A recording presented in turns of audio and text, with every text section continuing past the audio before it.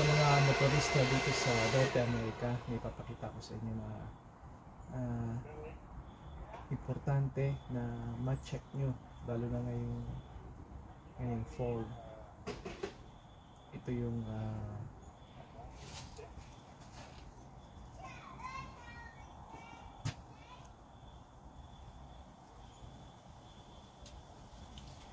yung mga iniimbak ng mga squirrels at chipmunks na yung panlamig para makain lang ng makain hanggang sa tumaba sila. Dahil sa pagdating ng winter, pretty much nag-hibernate din sila. Yung parang oso, natutulog, papahinga, hindi sila active. Maaaring makita nyo ito sa ilalim ng hood ng kotse ninyo. Kapag nakita nyo ito, ang ibig sabihin nun, may mga critters, squirrels, chipmunks na namamahay sa ilalim ng hood ng sakyan ninyo. And bad news yun, kasi ang mga makabagong sakyan ngayon, most likely yung sakyan ninyo, ganun ang yun din, ay ang mga kable sa loob ng sasakyan ng hood ay gawa sa yung mga cables, gawa yun sa halaman na I believe soya, yung mga soy. Dahil sa gawa yun doon, may pang-amoy pa rin yung mga kaibigan natin, mga squirrels, chipmunks, sa ganung soya, at mataas ang chance na angat-ngatin nila yan. Maaaring hindi rin, pero huwag niyong ipag-isang tabi. Pag may nakita kayo, it's a good idea na i-check niyo yung mga ilalim noon. May dala kayong flashlight, yung mga alam niyo na pwedeng may mga flat surfaces doon na pwede sila magsumingit. Look around sa makina, hindi kayo, at pag nakita niyo ito, brown sila lahat. Ito yun na. Yun ang ibig sabihin nun, may nag-i-impact doon, at maring overnight or during the day, depende kung ano araw yung ginagamit na sakyan mo, gano'n nakapark, natutulog sila doon sila nakatambal. Masipit kumukuha sila ng mga ganito at i-impact doon. Ayaw nyo na magkaroon ng gano'n. Iwasan ninyo, dahil malaking pera yon, malaking sakit ng ulo at pera kapag yung wirings na yun nangat-ngat nila. Minsan ng mga wirings, there are literally dozens of them. So, just to troubleshoot them, it's a pain in the butt, diba? Kaya, it will cost you lots of money, headaches. Kaya, ugaliin nyo na i-check yun. Hindi lang ngayong dating na fall, whenever you get the chance, huwag yung panatalihin yan. So, uling makita nyo nito, clean it up, walis. So, I have leaf blower, so, inisip ko yun, at saka, maybe kamay din, or try to use gloves.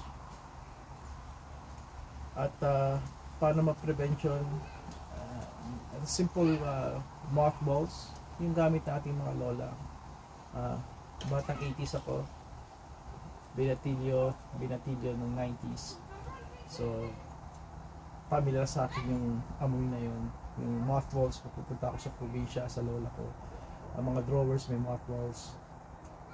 Marami yan, mura lang yon, Canadian Tire, they carry them, doon ako kung bumibili. Not sure sa Home Depot kung meron yun, pero they're all over the place. Sa mga butika, I'm sure meron din yun.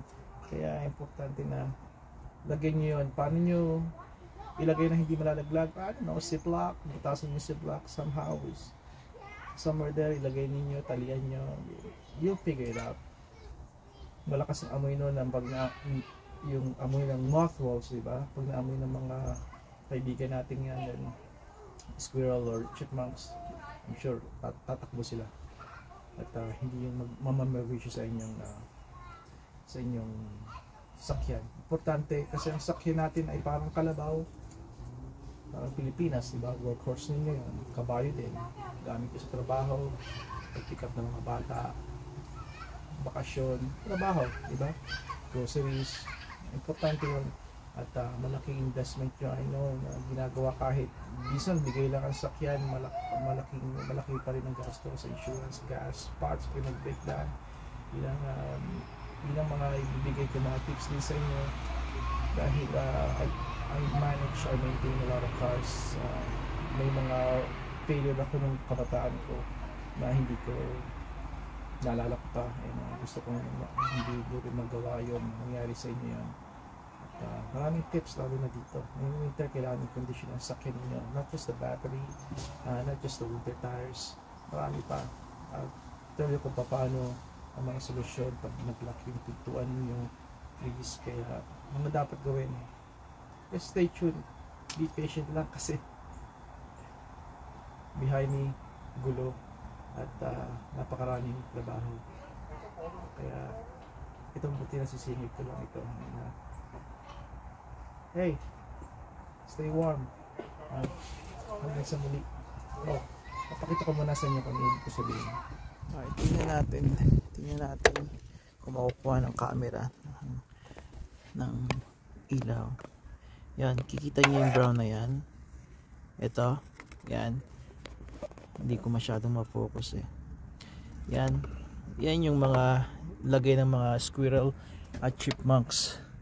Meron din dito, ito yung sa may sa ilalim ng brake fluid ko, ng reservoir. Yan din yon, kita nyo, hindi yan mapupunta dyan ng hangin, may nagdala niyan dyan. Ito rin, nandito. Yung nandun dito. So, you can see, come on, focus. Ayan. Yung mga yan. Okay? Bad news yan. Fix it. Do something about it. Mataas ng porsyento na magkaroon kayo niyan kung ang sasakyan ninyo ay hindi nyo masyadong ginagamit. Kung marami kayong sasakyan, ito, everyday, si Mrs. dinadrive ito. And yet, andyan pa rin, kinukuha. Nagkakaroon pa rin kami. Active sila ngayon. Kasing active natin sila, mas active sila sa ibang mga tao ngayong fall, dahil survival to. Kung hindi sila laging active, hindi sila dumiskarte, then mamamatay sila sa gutom, o hindi sila maging mataba para makasurvive. Kailangan nila yung fats para makasurvive sa ngayong winter. And kapag tinanggal mo yan, gagawa sila ng ibang lugar. Nagkalat ang mga pagkain na yan. Ito sila. Okay. So, yan. Ito sila. Okay. So, pag yan ay tinanggal nyo yung dulo, nakikita nyo may buto yan. Come on. Kita nyo yung buto. See, para siyang pili sa atin. Diba? Kinakain nila yan. That's what makes them fat. Kaya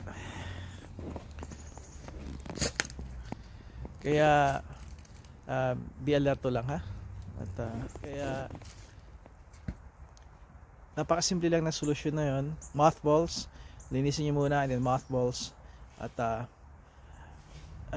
maging active lang kayo, maging on top of it lagi kayo noon. Every week check nyo. Okay, ito ang pinakang active nila ngayong panahon na ito. Alright, hanggang doon na lang. At hanggang sa muli ko na siya ngayon. Lilinisin ko. Linis ko na yung tingnan natin kung meron dito. May mga ano bang tawag dito? Dapat alam ko ang tawag dito, di ba? Yung mga pilapil. Let's call it pilapil.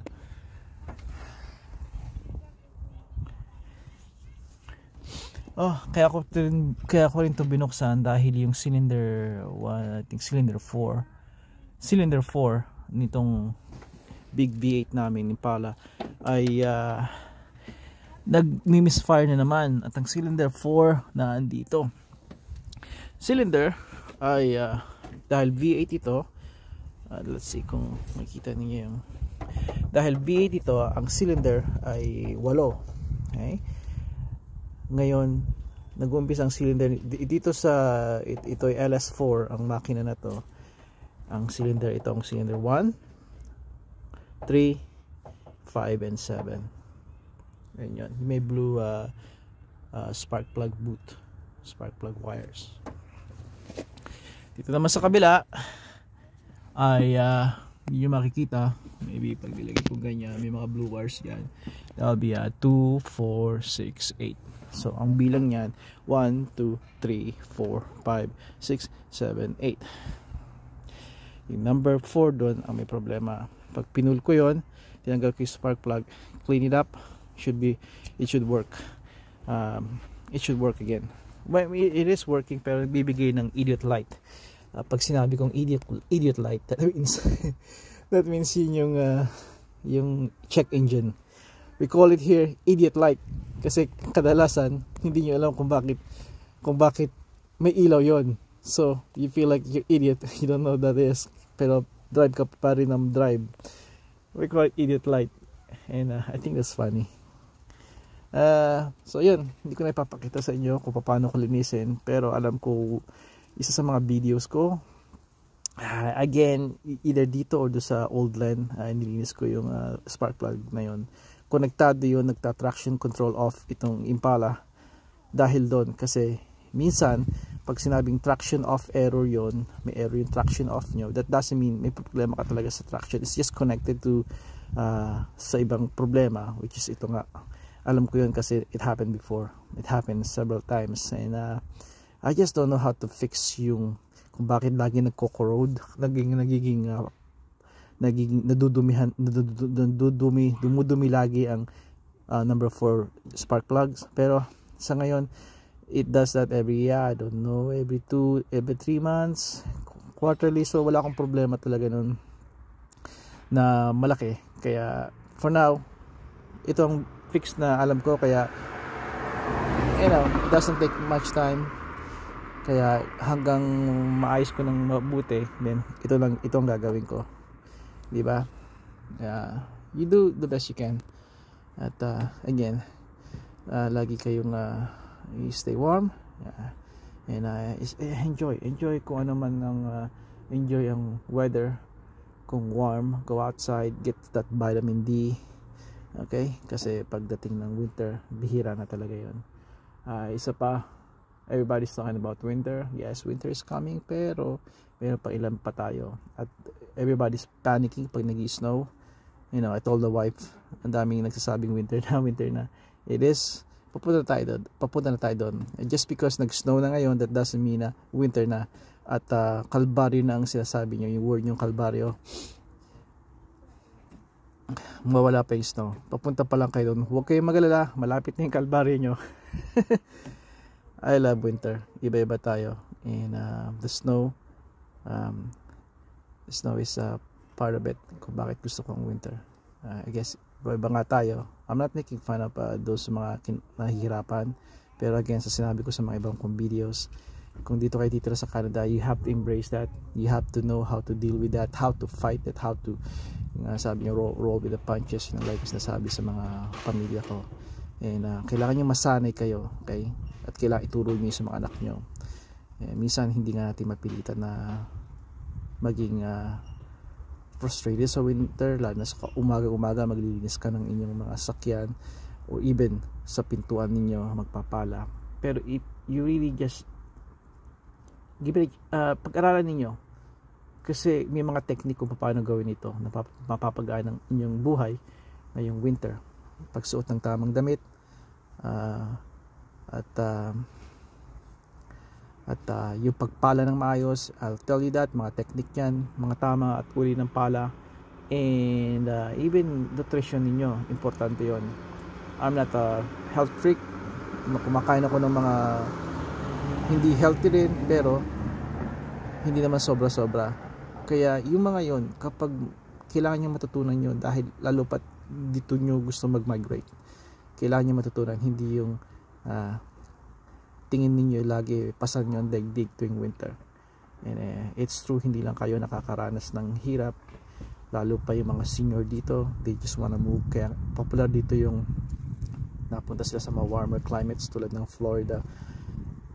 Pero marami pa rin dito, may marami pa rin dito mga tao mahilig at gusto ng winter, dahil alam nila kung paano i-deal ang winter, kung paano nila sila mabuhay ng tama sa winter. Okay, so this is the perfect time na magkolekta kayo ng tamang warm layering clothes nyo sa winter.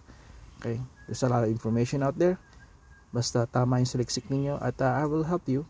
Magpo-post din ako nun. Alright, may take some time lang dahil daming problema rin dito sunod-sunod. Hanggang sa muli. Makita kung gaano kadumi yung cylinder number 4 na naandito sa pinakalikod ng LS4 engine. Ito siya, natanggal ko na rin. See that? Napakadumi. Hindi dapat ganyan kadumi yan. Dapat ganito yung kulay niyan. Ngayon yung parang yung unang thread, itong nasa top thread. Kaya malinis yan by ng steel brush at ng carbon cleaner. Okay, puro carbon, no? Kaya pag nalinis ito, should be fine. Tatakbo na ulit ng maayos. Ito yung kanya tawag na misfire. Pag ganito, sigurado ang kotse nyo may misfire. Ang indikasyon nun ay nanginginig ang sakyan ninyo. Parang meron nagtutulak sa side ng sakyan ninyo, both sides. Nanginginig siya, even up and down. Side to side, ganoon. Then ito ang problema, mataas ang porsyento, ito ang problema. Kaya pag nalinis ito, should be fine. Okay, kung hindi, then may other issues kayo, pero most likely ito yan. Alright, hanggang sa muli.